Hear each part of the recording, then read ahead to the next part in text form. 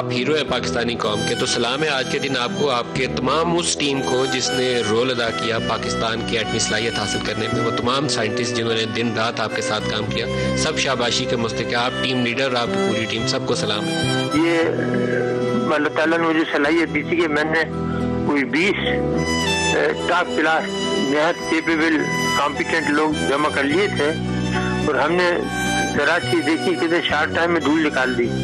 जहाँ साइकिल नहीं बनती, मोटरसाइकिल नहीं बनती, जहाँ 70 साल के बाद सिलाई की सुई भी नहीं बनती आज तक, वहाँ 6-7 साल में एटम बम बना देना कोई मामूली काम तो नहीं था।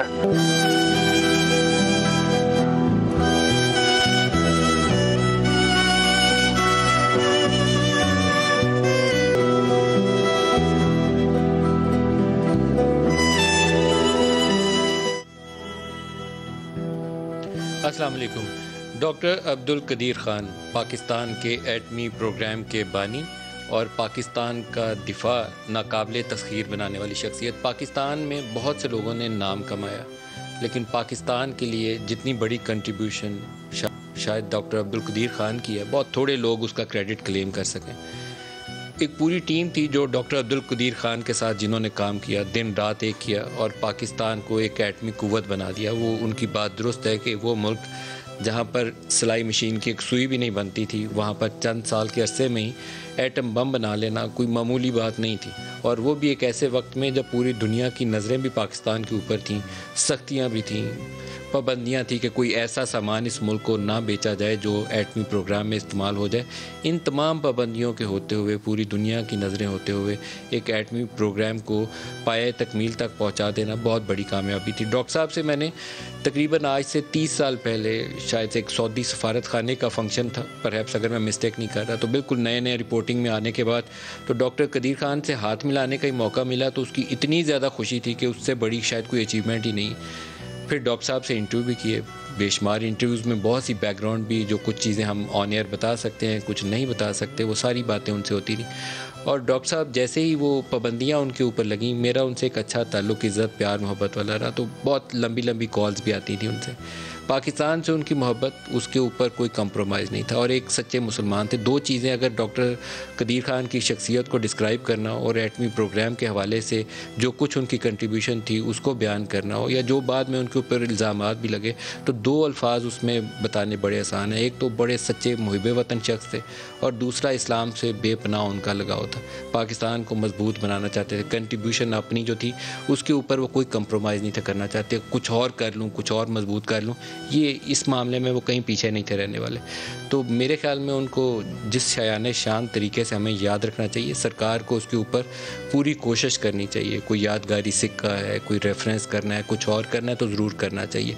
ये नहीं सोचना चाहिए कि वेस्ट क्या कहता था, अमेरिका क्या कहता था। बहुत सारों के लिए बहुत कुछ अमेरिका कहता रहा, लेकिन हमें ये सोचना है कि पाकिस्तान के लिए इस शख्सियत ने क्या रोल अदा किया, तो उस रोल को सामने रखते हुए, पाकिस्तान के डिफेंस को जो उन्होंने कंट्रीब्यूट किया उसको सामने रखते हुए हमें उनको डॉक्टर अब्दुल कदीर ख़ान को याद रखना। और उनका एक किरदार है पाकिस्तानी कौम के सामने और वो हमेशा बरकरार रहेगा।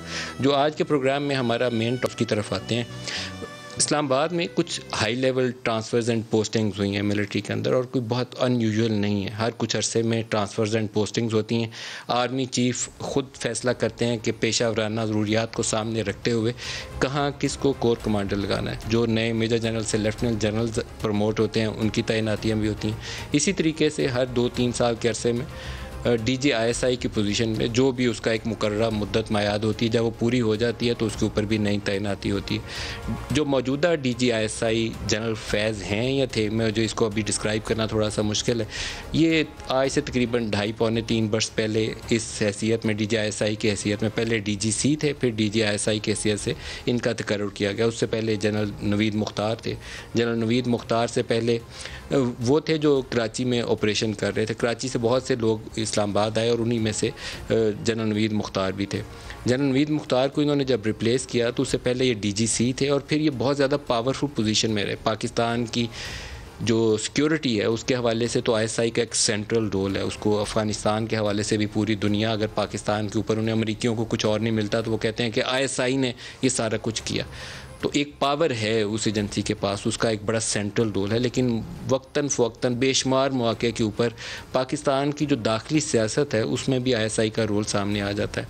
अभी एक अजीबोगरीब सूरत हाल है, मेरे लिए उसको बयान करना आसान नहीं है, लेकिन इशू ये है कि प्राइम मिनिस्टर की जानिब से कहा ही जा रहा है, जो इस्लामाबाद पूरे में चह में गोई हैं, कि वो चाहते थे कि अभी ये ट्रांसफ़र एंड पोस्टिंग का मामला कुछ अर्सा मौखर रहता, और जो नए DG ISI general Nadeem Anjum जिनकी तैनाती की गई है, तो उनके नोटिफिकेशन के ऊपर सारा दिन ही यहाँ बहस जारी रहती है सोशल मीडिया के ऊपर, कभी हुआ है या नहीं हुआ। मुख्तलिफ जर्नलिस्ट की आप ट्वीट्स पढ़ेंगे, सबकी नहीं, चंद एक की, बड़े सीनियर लोगों की, तो इसके ऊपर आपको कोई ना कोई ऐसे फ़नी किस्म के कमेंट भी करते नज़र आएंगे कि वो जो एक पेज था अब वो एक पेज नहीं है। प्राइम मिनिस्टर ने गुज़श्ता रोज़ एक तकरीर के दौरान एक जर्नल की इस्लामिक हिस्ट्री का हवाला देते हुए एक सिपा सालार की किस तरीके से तब्दीली कर सकते हैं उस वक्त के खलीफा वक्त का हवाला दिया, लेकिन हज़रत उमर रज़ी अल्लाह तआला अन्हु उनका हवाला देना आजकल के दौर में अल्फाज और रेफरेंसेस का बड़ा नाप तोल के इस्तेमाल करना चाहिए। लेकिन प्राइम मिनिस्टर ने जो भी कहा मैं आपको एज इट इज़ सुनवाता हूँ, देखिए क्या कहा उन्होंने। एक किताब है द अरब कॉन्क्वेस्ट, अंग्रेज ने लिखी हुई है। वो उस किताब के अंदर बताता है कि जो जनरल बनता था वो जाके वो काम कर देता था, यानी कोई सोच ही नहीं सकता था, किसी का नाम भी नहीं होता था जाके बड़ा। ये सोच लें कि दुनिया की तारीख का खालिद बिन वलीद शायद ही दुनिया की तारीख में इतना बड़ा कोई जनरल आया हो, वो कभी जंग ही नहीं हारे थे। हजरत उमर उनको कहते थे कि नहीं तुम छोड़ो, किसी और को मैं कमांड देने लगा। तो ये इतने ज्यादा अजीम लोग कैसे बन गए, इसके ऊपर तो रिसर्च करें, बताएं तो सही कि वो क्या सिफ्तें थी, हमारे नबी की क्या सिफ्तें थी कि उन्होंने सारों को लीडर बना दिया। तो हमें तो सबसे बड़ा मसला ही पाकिस्तान में लीडरशिप क्राइसिस है, हमें तो लीडर ही नहीं मिलते। एक सवाल शेख रशीद अहमद जो वज़ीर दाखिला हैं उनसे इसी हवाले से हुआ, तो उन्होंने क्या कहा, दिखाई सिविल मिलिट्री रिलेशन पे, या उनके हमारे स्पोक्स पर्सन है फवाद चौधरी साहब या परवेज खटक जवाब दे सकते हैं। जो ट्रांसफ़र्स होती हैं वो मामूल के मुताबिक होती हैं, बाकी जब भी ट्रांसफ़र होती हैं ऐसी बातें निकलती हैं, लेकिन इंशाअल्लाह ताला ऑफिशियल स्टेटमेंट मैं देने की पोजीशन में नहीं हूं। मैं ये कह सकता हूं सब मामला ठीक हैं, इंशाअल्लाह इमरान खान तुन के 5 साल पूरे करेगा इंशाअल्लाह। अच्छा, जो इस सारे मामले में कोई ऐसी सूरत हाल नहीं है कि हालात बिल्कुल काबू से बाहर हो गए हैं, थोड़ा बहुत इख्तलाफी राय आ जाया करता है, लेकिन खूबसूरती होती है कि अगर आपका फंक्शनिंग सिस्टम हो तो उसका रास्ता भी निकल आता है। तो मैं तो यही कहूँगा कि सब कुछ ठीक है, कंट्रोल में, इन प्रोसेस चीज़ें, तो उसको ये नहीं लेना चाहिए कि कोई अबतरी होने वाली है, यहाँ सुबह तूफ़ान उठने वाला है। अपने जो शुरका हैं प्रोग्राम के उनका आपसे तारफ़ करवा दूँ, फिर सवाल जवाब भी करते हैं। ज़रताज गुल साहब हैं, वज़ीर मुमलिकत पाकिस्तान तहरीक इंसाफ से हमारे साथ, very warm welcome. Ataullah Tarar PMLN से हमारे साथ हैं, आपको भी तारड़ साहब खुश आमदीद। ज़रताज, ये जो अपॉइंटमेंट थी इसके हवाले से बहुत ज़्यादा चर्चा क्यों हो रहा है, कोई इसमें इश्यूज़ हैं? थैंक यू मलिक साहब, thank you for inviting me. सबसे पहले तो मैं जी आई एम वेरी इम्प्रेस्ड, आपने मोहसिन पाकिस्तान और जिसने पाकिस्तान की डिफेंस को नाकाबिल तस्खीर बनाया। मैंने तो अभी आपके इंटरव्यू में देखा है कि आपने उस तरह, आप एक खुशनसीब लोगों में से हैं कि आपने उनका इंटरव्यू किया है, आपने उनसे बात की है। मैं तो समझती हूँ कि ये आपके उसमें मज़ीद स्टार लग गए हैं, मुझे नहीं पता था।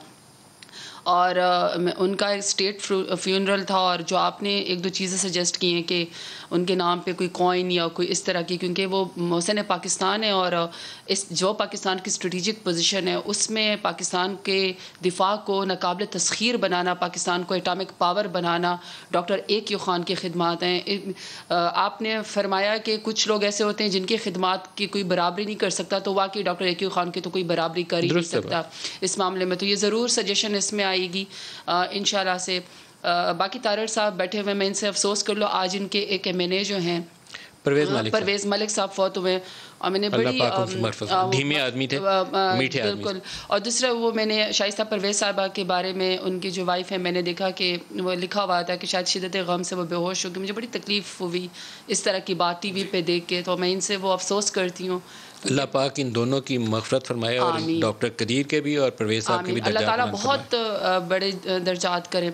जहाँ तक मलिक साहब, ये जो आपने पूरा एक वो दिया है, जो इंट्रो दिया है, ये जो आपने खुद ही फरमाया है कि रूटीन के मैटर्स हैं, ये सीनियरिटी के लिहाज से, प्रोफेशनलिज्म के लिहाज से और उनकी डिमांड के मुताबिक कि किसको कहाँ पे डिप्यूट करना है, ये खालिसतन प्रोफेशनलिज्म के लिहाज से और उनकी सीनियरिटी के लिहाज से रूटीन की ट्रांसफ़र एंड पोस्टिंग हो सकती है। मैं ISI का ज़रूर जिक्र करना चाहती हूँ कि मैं समझती हूँ कि पाकिस्तान की टॉप और दुनिया की टॉप एजेंसियों में से इंटेलिजेंस एजेंसी जो हम इसको ऑन करते हैं कि ये पाकिस्तान के दिफा के लिए जो काउंटर टेररिज्म और काउंटर इंटेलिजेंस में जो काम करती है और जो हमारी स्ट्रेटिजिक पोजीशन है, बार बार जो मैं कहती हूँ, हम अपने हमसाये नहीं बदल सकते हैं मगर हम अपना डिफेंस ज़रूर मजबूत कर सकते हैं। और हमने चूँकि हमारा अब जो फॉरेन पॉलिसी वो इसके ऊपर है कि हम कॉन्फ्लिक्ट में आपके इलाई नहीं हैं, हम अमन में आपके इलाई हैं और एब्सोल्युटली नॉट कि हम पाकिस्तान को इस्तेमाल नहीं होने देंगे। तो आपके ख्याल में ये प्रोसेस है मामला, कोई उसमें ऐसी बेयकीनी नहीं है, बस जैसे रूटीन में आएंगे वैसे ये भी हो जाएगा, कुछ उसमें मैं एक्चुअली मलिक साहब ये कहना चाह रही थी कि जिसकी प्रोफेशनलिज्म है, जो हमारे ISI ने जो पाकिस्तान, ये भी उन इदारे में शामिल है, IB है या ISI है, जिन्होंने पाकिस्तान के इस मामला दाखिली मामलात को, अंदरूनी को और बैरूनी दोनों को, पाकिस्तान की इज़्ज़त को और इंटेग्रिटी को वकार में रखा है और इनकी प्रोफेशनलिज्म की दुनिया दाद देती है। बल्कि वो ममालिक जिनको शिकस्त होती है, उनकी कोशिश होती है कि किसी तरह हमारे इस बावकार जो हमारा एक इदारा है इसको जानबूझ के मिलाइन किया जाए।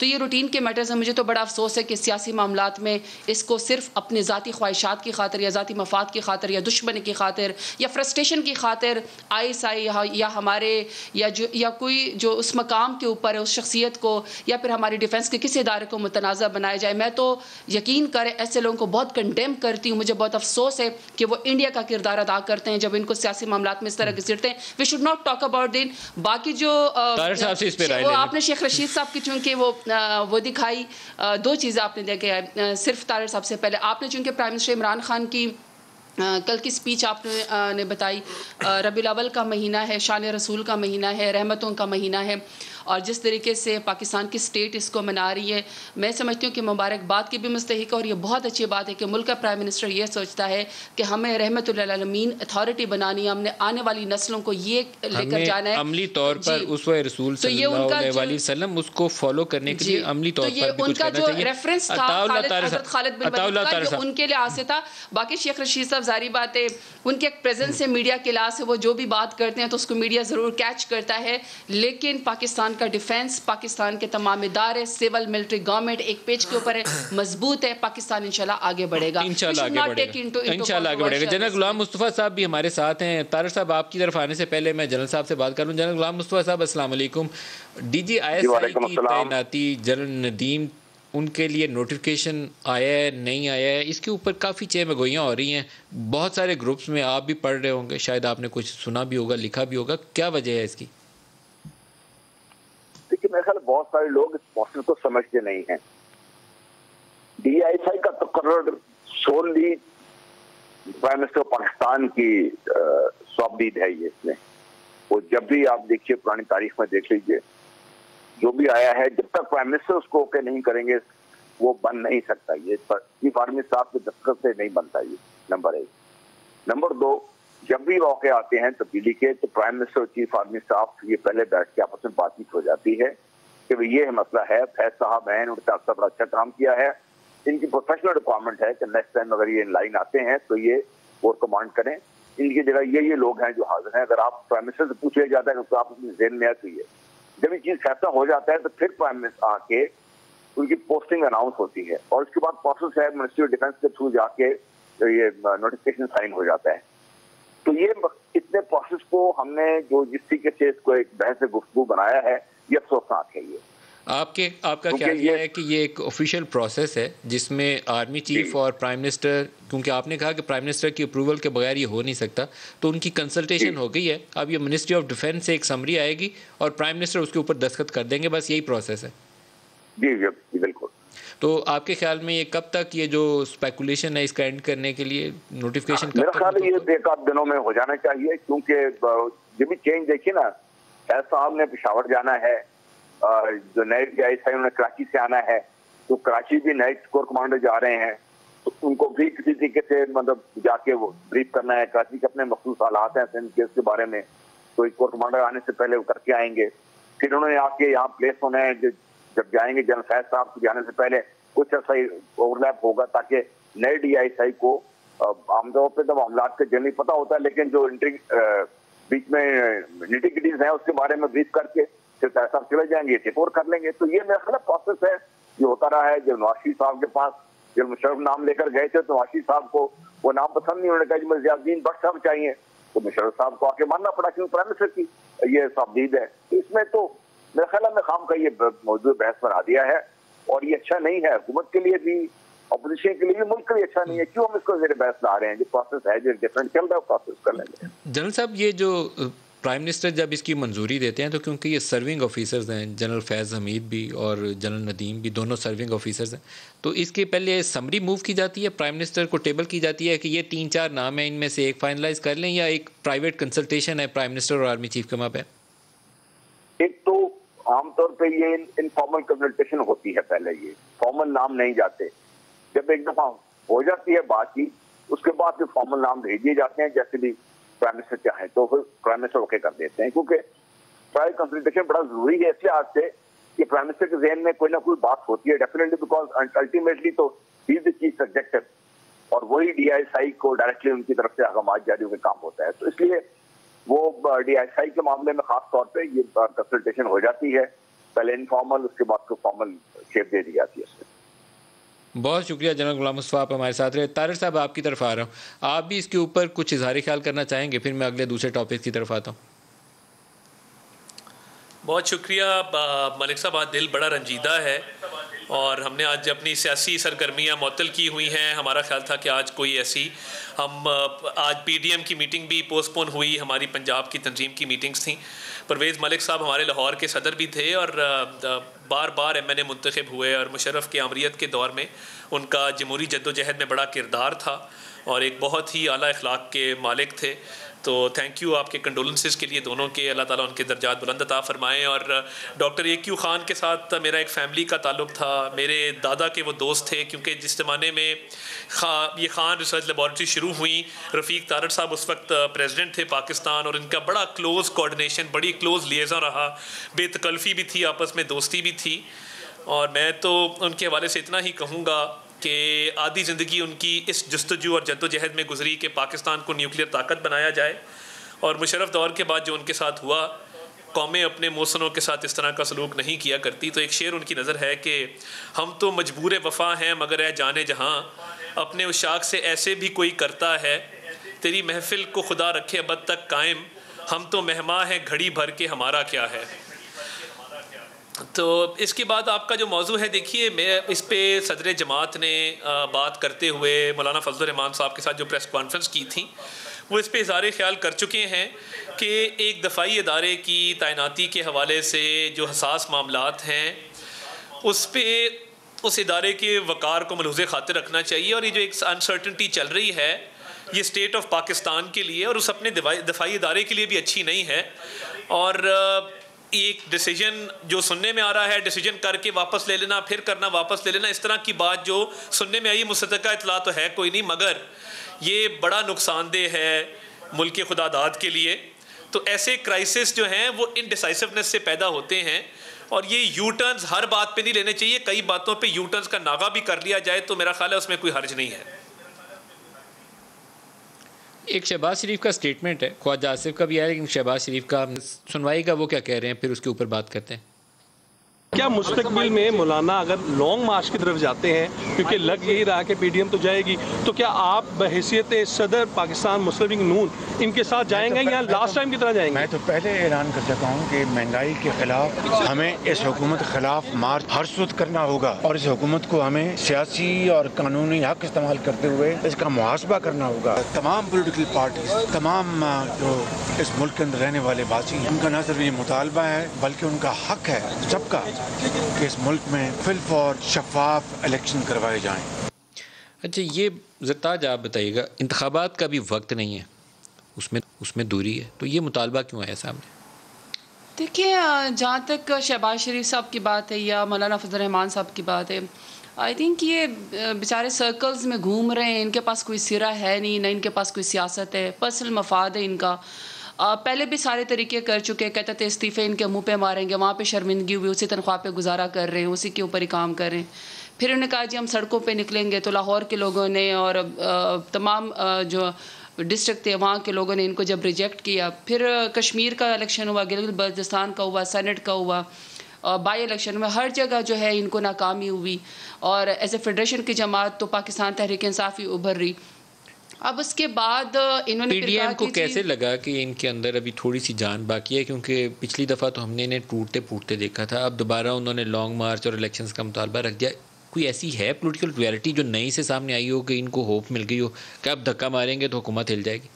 नहीं, मेरा ख्याल है कि देखिए पहले दोनों हजरात की जो अभी आपने फुटेज दिखाई है, पहले तो कहते हैं ना अपनी अदाओं के ऊपर गौर करें।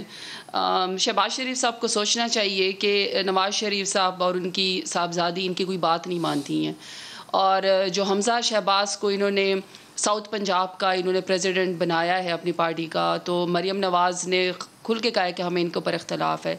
तो इनकी पार्टी में जो एक रसाकशी शुरू है, और मैं तो हमेशा से कहती हूँ कि इनकी अनफॉर्चुनेटली पॉलिटिकल पार्टी डेमोक्रेटिक तो है नहीं, वो तो एक गद्दी नशीनी है। छीन के चाचे को दे दो, बड़े भाई को दे दो, भतीजे को दे दो, भांजे को दे दो, बेटे को दे दो।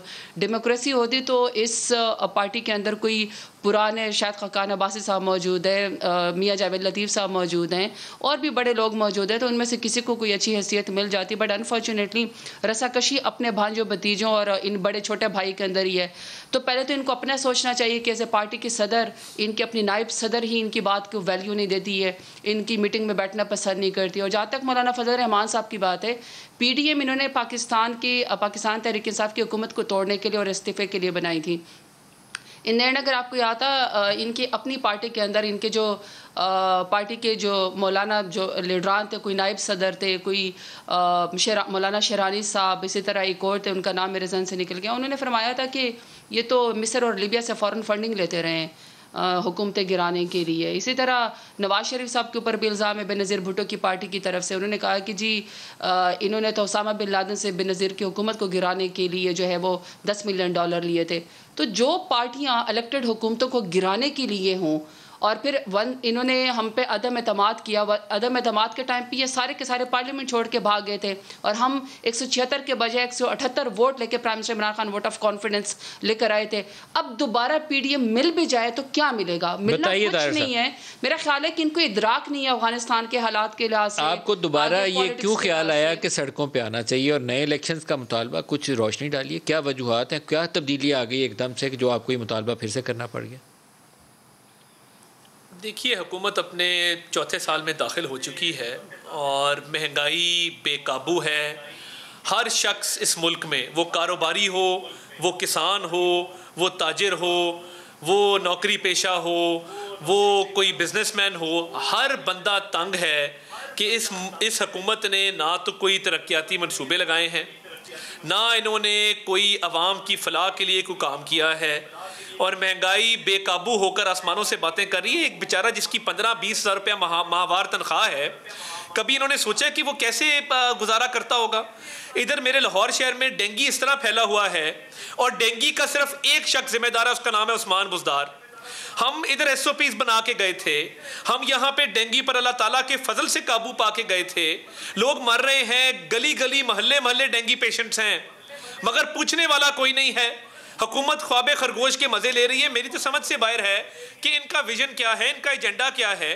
अभी जो कंटोनमेंट इलेक्शन में इनके साथ हुई है, उस पर जो इमरान खान साहब को इन्होंने रिपोर्ट पेश की, उसमें कहा जी बड़े शहरों में हमें मार पड़ी है क्योंकि महंगाई है। तो भाई महंगाई का जिम्मेदार कौन है?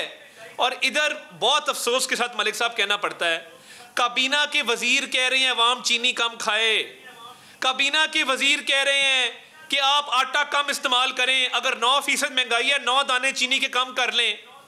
इनको शर्म तो पता नहीं आती है कि नहीं आती। हमें शर्म आना शुरू हो गई है कि ये किस तरह की बातें अवाम को क्या तलकीन कर रहे हैं।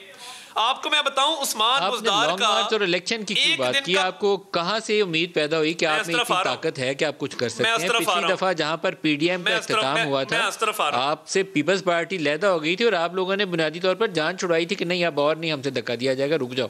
तब दोबारा कहाँ से कुव्वत आ गई? मैं उस तरफ आ रहा हूँ। मैं उस तरफ आ रहा हूँ। मैं उस्मान बुज़दार का आपको बता रहा था, एक दिन के खाने का खर्चा 80,000 रुपया है उनके अपने जो सरकारी खर्च से जाता है, जिसको वो आर्ट क्लब में जाके बुक करते हैं रात को कि जी ये एक्सपेंडिचर हुआ है। यानी तकरीबन कोई 25-30 लाख का तो वो महीने में खाना खा जाता है टैक्स पेयर्स के पैसे से, और अवाम को तलकीन कर रहे हैं कि चीनी कम खाओ, आटा कम खाओ। मैं मलिक साहब डेंगू का हवाला दिया, क्या डेंगू के स्प्रे पंजाब में नहीं हुए? पिंडी में, इस्लामाबाद में या पंजाब में डेंगू के स्प्रे हुए या नहीं हुए? नहीं हुए जी, मैंने नहीं देखे होते हुए।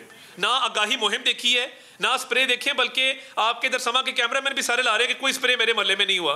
तो ये क्या बात करते हैं? और देखिए मैं ये क्यों बात कर रहा हूँ कि इलेक्शन होने चाहिए, जल्द से जल्द होने चाहिए। देखिए मैं तमाम बाई इलेक्शंस में ऑन ग्राउंड मुहिम को लीड करता रहा हूँ।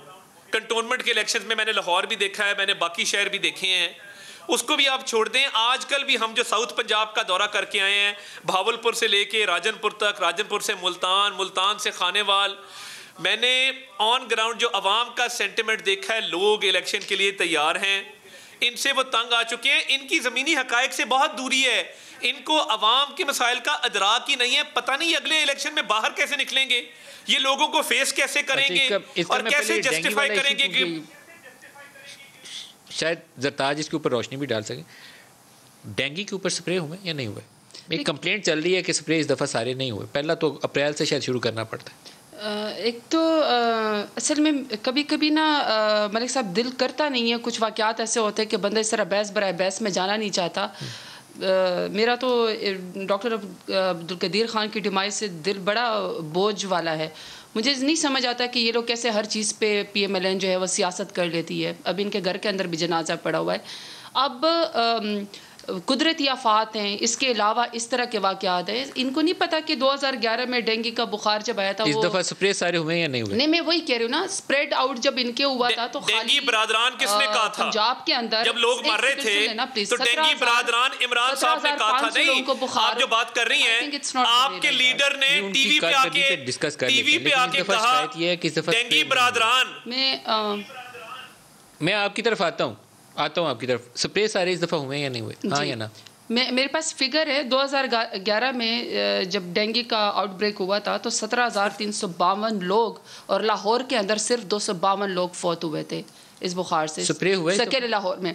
अब ये जो एक SOP है कि आपने हर साल डेंगू का स्प्रे करना है, साथ अब पेंडेमिक भी शामिल हो गया है, इसकी भी वो चल रही है, फिर पोलियो की भी कैंपेन चल रही है। ये रूटीन के मैटर होते हैं जो आपका हेल्थ डिपार्टमेंट हर जो महीना मुकर्रर होता है, एड्स का भी होता है, इसी तरीके से डिफरेंट जो वाक़यात रुनुमा होते हैं, इसके ये स्प्रे, इसकी वैक्सीन, इसकी पोलियो की वैक्सीनेशन, डेंगू के, ये सब चीज़ें जो है ये जारी होती हैं। डेंगू के स्प्रे हुए हैं? जी, मैं ये शिकायत है कि स्प्रे नहीं हुए। मैंने खुद पिछले महीने अपने डेरा गाजी खान में ये होता है कि आपको शिकायतें आती हैं या रूटीन के मैटर के लिहाज से, ये जो इनका SOPs 1 महीने 2 महीने में ये हमेशा चलता रहता है। ये आउटब्रेक्स होते रहते हैं, लेकिन हुकूमत पंजाब जिस तरीके से हेल्थ के अंदर जब पहला क्वारंटाइन बना पेंडेमिक के अंदर, इसने पंजाब ने उसकी रिस्पॉन्सिबिलिटी ली। डेंगू बुखार इनके दौर से आ रहा है, लेकिन इसके बावजूद उस सारे को हम लेकर चल रहे हो तो वो एक नॉर्मल कॉमन SOPs है। अच्छा, इसका जवाब ले। तारिक साहब, आपने क्यों कहा कि स्प्रे नहीं हुए? मेरा ख्याल है कि इस तरह की बात नहीं करनी चाहिए, बल्कि जरताज कह रही है कि स्प्रे हुए, आप कह रहे हैं नहीं हुए, वहाँ करवा लेंगे। आप बताइए, किस तरह की बात करें? मैंने इसलिए ये बात की कि ये एक वेक्टर बॉर्न डिजीज़ है, इसका लार्वा पैदा होता है अर्ली अप्रैल में। उसके लिए पहले लार्वा का अलग स्प्रे है, उसकी अलग आगाही मुहिम है, जहां पानी खड़ा है उसके लिए अलग तदाबीर हैं, और जब ये मच्छर पैदा हो जाए उसके लिए अलग एक फ्यूमिगेशन की जाती है, अलग स्प्रे किए जाते हैं। पार्क्स का अलग स्प्रे है, घरों के अंदर का अलग स्प्रे है। बात ये है कि नाअहली की इतनी इंतहा है कि स्प्रे UC वाइज तो क्या, मैंने तहसील वाइज नहीं होता देखा। हमने एक IT का डैशबोर्ड बनाया था जिसके तहत वार्ड वाइज और निचले लेवल पे वार्ड से लेके UC से लेके तहसील से लेके डिस्ट्रिक्ट तक स्प्रे करवाए जाते थे। यकीन माने मैंने किसी सड़क पे, किसी घर में ये स्प्रे होता नहीं देखा, क्योंकि इन्होंने नहीं करवाया। ये सोए हुए थे और ये जो सियासत की बात कर रही है, तो इमरान खान साहब ने डेटा है पंजाब का और फेडरल गवर्नमेंट का, वो मैटर करता है। अगर कोई मुझे हेल्प कर सके कि वो डेटा मुझे मिल जाए तो मैं स्क्रीन पे डालना चाहूंगा। तारा साहब आप भी चेक करिए, डेटा मिल सकता है तो। मैं सिर्फ ये चाहती हूँ, मैं सिर्फ ये चाहती हूँ कि मैं इनको बता रही हूँ कि नॉर्मल SOPs के तहत, चाहे वो डेंगू के अवेयरनेस या जो उसका लार्वा ख़त्म करने के लिए, हमें बड़ी अच्छी तरीके से पता है कि इनके दौरे हुकूमत के अंदर इन्होंने पंजाब के तमाम टीचर्स पे, लेक्चरर्स पे, प्रोफेसर्स पे ये पाबंदी लगा दी थी कि जाके आप जो है वो लार्वा ख़त्म करें। ये इन्होंने जो वो टीचर्स के साथ, जो प्रोफेसर्स के साथ और तालीम के शोबे में लोगों के साथ किया था, सारी दुनिया को बताया। और वो जो स्प्रे आता था और उसको चूंटियाँ खा जाती थी, वो सब नकली चीज़ें होती थी। देखिए, ये सेहत के मामले पर सियासत इनकी, अगर आर्मी जनरल का कोई वो हो उसके ऊपर इनकी सियासत, अगर पेंडेमिक हो तो इनकी सियासत। मुझे कोई ऐसा इशू नज़र नहीं आता जिसके ऊपर PMLN सियासत नहीं करती। कुछ चीज़ें इस सियासत से मुबर्रा होती हैं। तो मैं प्लीज़ आपको ये बात बताना चाहती हूँ कि ये जो SOPs हैं, इनके दौरे हुकूमत में क्या पाकिस्तान के ऊपर पोलियो की सफरी पाबंदियाँ नहीं लगने वाली थी? अब पूरे पाकिस्तान में शुक्र है वो भी नहीं होना चाहिए, लेकिन सिर्फ 2 केसेस पोलियो के आए हैं। हमने इस तरह इरेडिकेट किया, हमारी तारीफ की गई है WHO की तरफ से। पेंडेमिक के अगर देखें, पाकिस्तान उन ममालिक के अंदर आ गया जो सबसे ज्यादा लड़ने वाले में, और अच्छे जो हमने स्मार्ट लॉकडाउन किए। इसी तरीके से जो डेंगू का है, बुखार है, ये जो मैंने इनको फिगर गिनवाया कि 17,500 लोग पूरे पंजाब में 2011 में, और 252 लोग सिर्फ जो है वो लाहौर के अंदर जो है वो फौत हो गए थे डेंगू से। वो SOP नॉर्मल हालात में हेल्थ डिपार्टमेंट करता रहता है। फिगर्स हम अगर दोबारा, अगर आप स्पेशली इसके ऊपर हेल्थ डिपार्टमेंट के ऊपर करना है तो हम कर लेते हैं, लेकिन अपने दौरे हुकूमत में प्लीज बताइए। अगर आप देखें, मैं फिर वही बात कहती हूँ, अगर सियासत ही कर रही है ना तो प्लीज इस बात का जवाब दें। ब्रेक ले लें।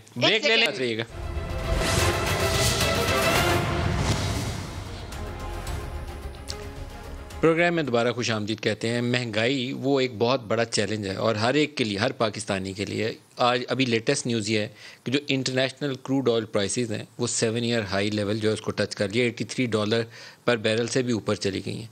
पाकिस्तान में अलमिया ये है कि सिर्फ पेट्रोल या डीज़ल की कीमतें या मिट्टी के तेल की कीमत जो है वो लोगों को परेशान नहीं कर रही हैं। बिजली महंगी है, गैस महंगी है, आटा, चीनी, दालें, सब्जियाँ, फल, हर वो चीज़ जो आपको ज़िंदा रहने के लिए, चिकन, गोश्त, कोई ज़रूरी चीज़ जो किचन में आपको दरकार है, वो हर एक की कीमत बहुत ऊपर जा चुकी है। अद्वियात जो जान बचाने वाली हैं उससे लेकर जो आजकल ये मौसमी ये सीजनल अस्थमा का अटैक होता है इन दिनों बहुत सारे लोगों को, वो 3 टाइम इंक्रीज़ है उन प्राइसेस की, 3 टाइम या 4 टाइम इंक्रीज़ है, उससे कम इंक्रीज़ नहीं है। तो ये बहुत बड़ा अलमिया है। आमदन नहीं बढ़ी लेकिन अशिया की कीमतें बढ़ गई। जहांगीर तरीन उन्होंने इसी की तरफ इशारा करते हुए शायद पाकिस्तान के जो वज़ीर आज़म हैं उनकी तवज्जो दिलाने की कोशिश की है। दिखाइएगा। हुकूमत का महंगाई को नहीं कंट्रोल कर सकी, उससे आवाम को बहुत तकलीफ है। और ये इस वक्त और सारे काम छोड़ के हुकूमत को सिर्फ और सिर्फ महंगाई को कंट्रोल करने की कोशिश करनी चाहिए। महंगाई कंट्रोल होती है सप्लाई और डिमांड से। वक्ती तौर पे अगर गंदम आ जाए बाहर से, चीनी आ जाए बाहर से, आ जाती तो इस वक्त इतनी महंगाई गंदम की और चीनी की ना होती। तो इन चीज़ों के अंदर मेरा ख्याल है बेहतर पॉलिसी बनाने की ज़रूरत है। जी ज़रताज, पहले आपसे महंगाई, आप हल्के में जाती हैं तो कितना टफ टाइम मिलता है लोगों से? मैं तो मलिक साहब चूँकि हर जुमा हफ्ता इतवार अपने हल्के में होती हूँ और आई एम वेरी हैप्पी कि मेरे अवाम मुझ पर एतमाद करते हैं और जो बात मैं उनको समझाती हूँ अवाम बड़ी बाशऊर है, वह बात को समझते हैं। लेकिन मैं ज़रा तारिर साहब की पिछले इस महंगाई वाले को मैं इसको भी करती हूँ, आई एम नॉट इकोनॉमिस्ट, लेकिन मैं ज़रा ये तारिर साहब ने पहले ना हेल्थ की बात की थी। मलिक साहब, कुछ चीज़ें ऐसी होती है जिसके ऊपर PMLN को ज़रा भी बात नहीं करनी चाहिए। एक फॉरेन पॉलिसी पे नहीं करनी चाहिए, हेल्थ पे तो ज़रा भी नहीं करनी चाहिए। हेल्थ पे इसलिए इनको नहीं करनी चाहिए कि अगर ये इतने लायक होते हैं हेल्थ में, 35 साल के दौरे हुकूमत में, तो ये अपने बराबर का एक ऐसा हॉस्पिटल बना लेते हैं जिसमें नवाज शरीफ साहब को 1.5 साल के लिए लंदन ना जाना पड़ता है, इलाज के बहाने वहीं बैठे रहते, अपने ढंग का एक हॉस्पिटल बना लेते। तो मेरा ज़रा तारिर साहब से सवाल है कि 1997 के बाद 2018 तक जो आपकी बीच में जो हुकूमत रही है कंजर्वेटिव, 3 दफ़ा के वज़ीर आला आपके रहे, खादिम आला रहे, आपने एक हॉस्पिटल नहीं बनाया, या मैं आपसे पूछना चाहती हूँ आपने कितने बनाए? हम तो 12 नए हॉस्पिटल बना रहे हैं। 45 हॉस्पिटल है, वो कार्डियोलॉजी हॉस्पिटल है, मदर एंड चाइल्ड हॉस्पिटल है, हम उसको बना के दे रहे हैं। हेल्थ कार्ड ये बहुत अमीर ममालिक में भी नहीं होता। आपका जो नेशनल नादरा ID कार्ड है वो आपको हेल्थ इंश्योरेंस, जो सवाल था वो था हमारा डेंगू के स्प्रे के हवाले से, और तारिर साहब ने अभी मुझे डॉन अखबार की एक खबर जो है वो शेयर की है जिसके मुताबिक जो पंजाब के अंदर सबसे पहला स्प्रे करने के लिए चीफ मिनिस्टर पंजाब जो हैं, ये डेट है इसकी 20 सितंबर 2021, जब पहली डेथ हो गई तो उन्होंने कहा डेंगू की ड्राइव शुरू करें। तो इसका मतलब है कि 20 सितंबर से स्टार्ट हो चुकी है, लेकिन मैं जरा इनको बताना चाहती हूँ, आप कंट्रोल ही नहीं कर सकते। पहले मेरी बात, वो तो एक डॉन का ना बेटा, फिर जब अब निकाल के लाएंगे हेल्थ कार्ड में जरा इनसे पूछना चाहती हूँ। क्या मतलब है? वो हेल्थ कार्ड इस वक्त लादोशमार नहीं है, इशू है डेंगू। नहीं, पूरी ये आउटब्रेक्स तो होती रहती है। जरा मेरी पूरी बात क्यों नहीं हुआ? नादरा का जो आईडी कार्ड है वो आपका नेशनल हेल्थ इंश्योरेंस है, 7 लाख से ज्यादा आपको पैसे मिलते हैं। मलिक साहब आज मेरी बात नहीं सुन रहे ना, सवाल ही नहीं। तो ये जरा बताएंगे कि अपने दौर में इन्होंने कितने लोगों को हेल्थ इंश्योरेंस दी और नवाज शरीफ साहब मुल्क से बाहर इलाज कराने क्यों गए? एक सेकंड, ये जो डॉन अखबार की खबर है इसके मुताबिक 20 सितंबर 2021 से चीफ मिनिस्टर पंजाब ने कहा कि मैंने ये क्यों शेयर की है, मैंने ये इसलिए शेयर किया है कि इन्होंने स्प्रे तब करवाया जब पहली मौत वाकया हो चुकी थी डेंगू की वजह से।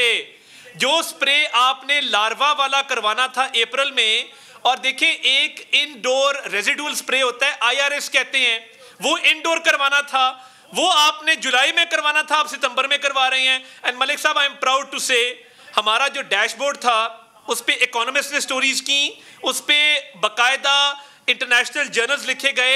एंड मैं एक फिगर कोट करने लगा हूं, 7 साल में 30 करोड़ एक्टिविटीज लॉग इन हुई उस डैशबोर्ड के ऊपर। ना सिर्फ ये, हमने जियो टैगिंग की, जहां से लार्वा मिलता था वो जियो टैग होता था। ठीक है, उसमें शहबाज शरीफ ने मेहनत की थी डेंगू वाले मामले में। उसका भी जवाब देना, 252 लोग जो सिर्फ लाहौर के अंदर डेंगू से फौत हो गए। अभी डेंगू की सूरत हाल आउटब्रेक की है पंजाब में, लाहौर में क्या और पिंडी में क्या? देखिए हर घर में एक मरीज है। मेरे अपने घर में मैं आपको बताता हूँ, हर जिससे आप पूछें इनकी जो फिगर्स है, ये फिगर फजिंग कर रहे हैं। जियो टैगिंग करें, जिन एरिया से मरीज आ रहे हैं वहां तदारुक करें। और प्रॉब्लम सिर्फ ये नहीं है, प्रॉब्लम ये है कि जब आप फिगर फजिंग करते हैं, आपका जिस इलाके से मरीज आता है वेक्टर बॉर्न डिजीज है, मच्छर उस इलाके में मौजूद है, आपने टारगेटेड स्प्रेज करने, पूरे शहर में स्प्रे करना ही नहीं है। आपके अस्पतालों में डेटा मैनेजमेंट सिस्टम ही नहीं है कि किस इलाके से ज्यादा मरीज आ रहे हैं, किस वार्ड से आ रहे हैं, किस यूसी से आ रहे हैं। एक दरखास्त कर लूं, अभी इन्होंने नादरा का हवाला दिया, नादरा के अंदर कैपेसिटी मौजूद है, बहुत अच्छी हमारी ऑर्गेनाइजेशन है, काबिल तारीफ काम करते हैं वो। जिस तरह कोविड के आपने एक ऐप बनाई है, ऐसे ही इस वक्त आपको शायद डेंगू के लिए भी ऐप बनानी चाहिए जो आइडेंटिफाई कर सके कि हॉट स्पॉट कौन से हैं, कहाँ कहाँ डेंगू के पेशेंट्स हैं। ये बड़ी हेल्पफुल होगी, आप लोग उससे गाइडेंस ले सकते हैं कि कहाँ आपको हिट करना है। मलिक साहब, मैं आपको, चूंकि उस वक्त तारड़ साहब ने बात नहीं करनी थी और आपने भी मेरी बात नहीं सुनी, देखिए मैं आपको पूरी सीरीज़ ऑफ इवेंट्स बता रही हूँ कि जिस तरीके से पेंडेमिक आउटब्रेक हुआ और जिस तरीके से पाकिस्तान लड़ा, और जो हम लोगों ने NCOC के ज़रिए पूरे मुल्क में टारगेटेड इसको कंट्रोल करने की कोशिश की और लोगों तक हमने वैक्सीन पहुंचाई, लोगों तक हाई डिपेंडेंसी यूनिट गए, वेंटिलेटर्स गए, जिस तरीके से इसकी दुनिया ने हमारी तारीफ़ की। अब मैं उस दिन 1122 के उसमें गई हुई थी, एक फंक्शन में गई हुई थी, और ये वो नेशनल रेजिलिएंट डे था 8 अक्टूबर के लिहाज से वहाँ पे, और उनकी जो हेल्थ डिपार्टमेंट के साथ जो मुज़ाकरात या जो उनकी बात चली वो यही कह रहे हैं कि इन द एंड हम इस बात पे गौर कर रहे हैं हेल्थ डिपार्टमेंट के पंजाब में या पाकिस्तान के अंदर हमें इस तरीके से आउटब्रेक्स होते रहेंगे। जो हालात है, कभी डेंगू आएगा, कभी टिड्डी दल आ रहा है, कभी जो है वो डिफरेंट किस्म के हालात इस तरीके से मौजूद होंगे। तो हमें इन द एंड हर वक्त इस तरह का डेटा जो है वो एक डैशबोर्ड बनाना पड़ेगा, चाहे वो पोलियो के लिहाज से, और पोलियो के लिहाज से मैं आपको ऑलरेडी अचीवमेंट बता चुकी हूँ कि इनके दौर में सफरी पाबंदियाँ लग रही थी, और शुक्र है कि अब ये है कि पाकिस्तान में सिर्फ 2 जो है इस दफ़ा पता चला कि कोई उससे अल्लाह करेगा कंप्लीटली जीरो पोलियो। तो मेरा मतलब सिर्फ ये कि जो मुश्किलात या जो हमारे उसमें ये जो करंट डिजीज़ हमारे दौरे हुकूमत में आ रही हैं, जिस तरीके से डॉक्टर यास्मीन राशिद और हेल्थ डिपार्टमेंट और सीम उस्मान बुज़दार साहब ने काम किया है, दिन रात काम किया है, थोड़ा बहुत जरूर इसलिए देना चाहिए कि अगर हम सिर्फ इस कंपैरिजन में जाना चाहे तो कंपैरिजन तो मैंने इसके साथ किया। क्या इनके पास, तारिक साहब के पास ये जवाब है कि 252 लोग सिर्फ लाहौर शहर के अंदर 2011 में डेंगू से फौत हो गए? तो ये, लेकिन ये कुछ स्क्वायर करने का टाइम नहीं है। तारिक साहब, महंगाई के ऊपर जो जहांगीर तरीन का स्टेटमेंट है वो बड़ा मानी खेज है, क्योंकि जहांगीर तरीन पाकिस्तान तहरीक इंसाफ का हिस्सा हैं, अभी तक मेरे ख्याल में वो कहीं अलहदा नहीं हुए, और वो अपनी हुकूमत के ऊपर बैठ के तनकीद कर रहे हैं कि महंगाई की वजह से ये दिन देखना पड़ रहा है। जी, मैं क्विकली जवाब दे दूं। पहले तो मोहतरमा की इतला के लिए अर्ज है कि 2011 में जब डेंगू आया, लाहौर में 21,000 पेशेंट था, 250 डेथ्स हुई। हमने अल्लाह ताला की मदद से 1 साल के अंदर 0 डेथ्स पे लेके गए, और आपको पता है 2012 में पेशेंट कितने थे? 200 पेशेंट थे। 21,000 से 200 और डेथ्स 200 से 0। ठीक है, इस तरह पूरा प्रोग्राम मेरा निकल जाएगा। आप अपना क्लेम करेंगे, वो अपने महंगाई पे बता दें। वो ठीक है, मैं आ रहा हूं। नहीं, मैं तो फैक्ट्स एंड फिगर्स कोट कर रहा हूं। वो डैशबोर्ड बना हुआ है, उसको सिर्फ ऑन करना है। बुजदार साईं को बता दें कि बटन किस तरह ऑन होता है। वो अलग बात है, ज़रताज बीबी की उनसे मुखालफत है, मगर मैं फिर भी ये बरमला कहता हूं कि उनको डैशबोर्ड ऑन करना सिखा दें। अच्छा, आगे अब चलते हैं महंगाई पे।